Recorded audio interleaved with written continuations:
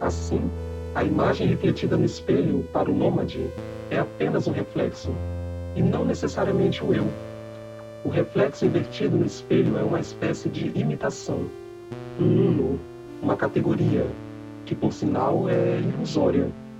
O nômade é outro, aquele que está no entre-lugar, no não-lugar.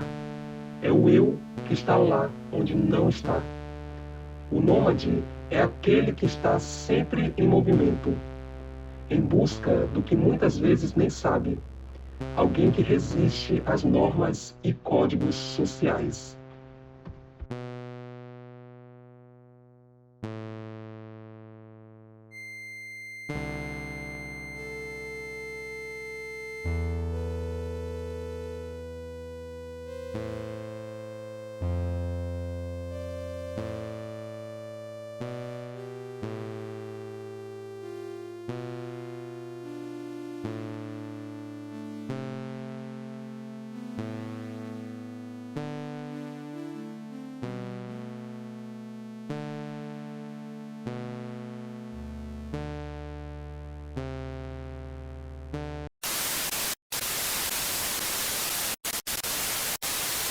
Desde que você trabalhe e pague. Aceitamos gays, aceitamos bichas, aceitamos trans, aceitamos mulheres, aceitamos indígenas, se você comprar o sonho americano.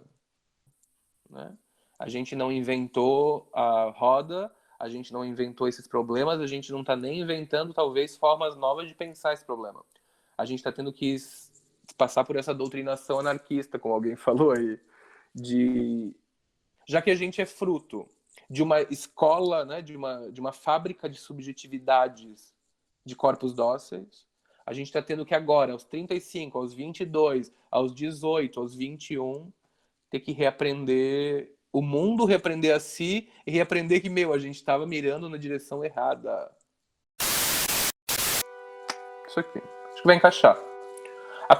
Eu tô lendo a página Rafa, 21. antes, rapidinho. Nossa, tu cortou uma citação. Mentira, Vânia. Ai, nossa, agora eu fiquei preocupada. Não, eu ia falar que é que eu fico pensativa. Venha, Porque, assim, fique. eu sou do time da regulação estatal, né? Assim, apesar que... Ai, como ela tem fetiche pelo Estado. Ai. No final das contas, o que mudou o Brasil nos últimos, 10 anos, né, no acesso universitário, o que tirou o Brasil do mapa da fome, o que fez essas coisas assim a nível macro, foi a política macro, sabe?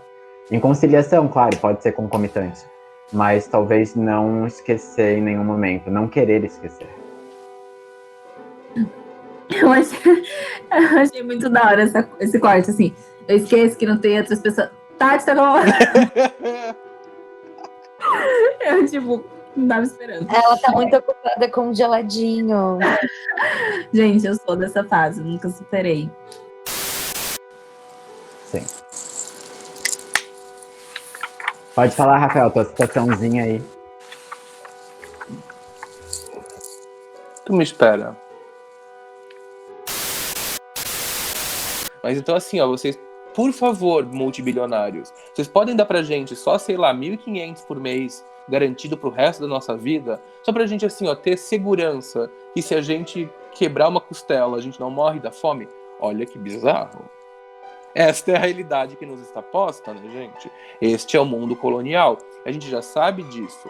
E daí, às vezes eu tô bravo. Que bom, significa que você está vivo, né? Porque é um mercado que também nos oprime, também, né, faz a gente ser sugado da potência criativa da nossa vida.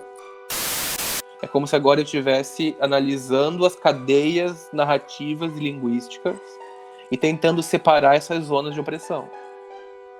Mas depois que a gente já chegou nesse patamar, que é um oásis, mas que é um oásis privilegiado, que a gente que conseguiu chegar nesse patamar crítico de sujeito, né, e que a gente não deveria ter feito, porque a gente, corpo operário, deveria estar lá não se questionando, né? Pode a subalterna questionar? Não, ela não pode, ela não deve, porque é isso que sustenta o poder colonial capitalístico cafetinístico. E daí quando a gente questiona, o que acontece? essa pergunta ela tem que estimular algum tipo de processo, algum tipo de ação, algum tipo de prática. Queria esquecer, né? Porque a ignorância é uma bênção, né? E a gente entra naquele chororô de o que eu faço, que agora que eu sei, né? A ignorância não é uma bênção, diz um PDF. A ignorância é um produto colonial, né? Para que os nossos corpos não questionem, para que os nossos corpos não se questionassem, inclusive, né?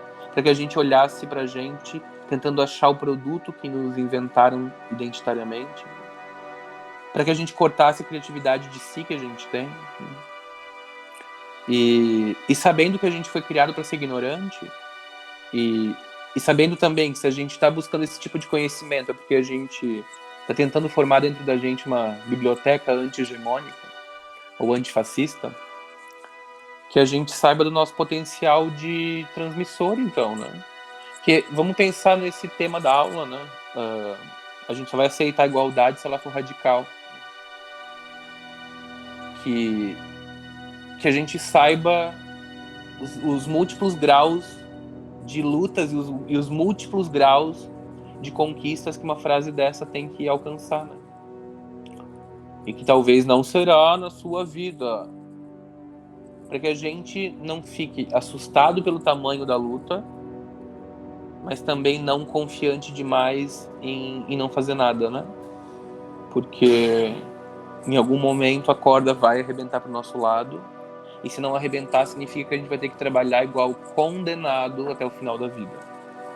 Se a gente não quiser fazer isso, porque isso é a garantia estatal, não é assim conto da carochinha, né? É, na verdade, a realidade dos nossos avós, pais, ela vai cacetada, né? Para que a gente não repita esse erro, que a gente saiba propor novas soluções. Acho que é por aí.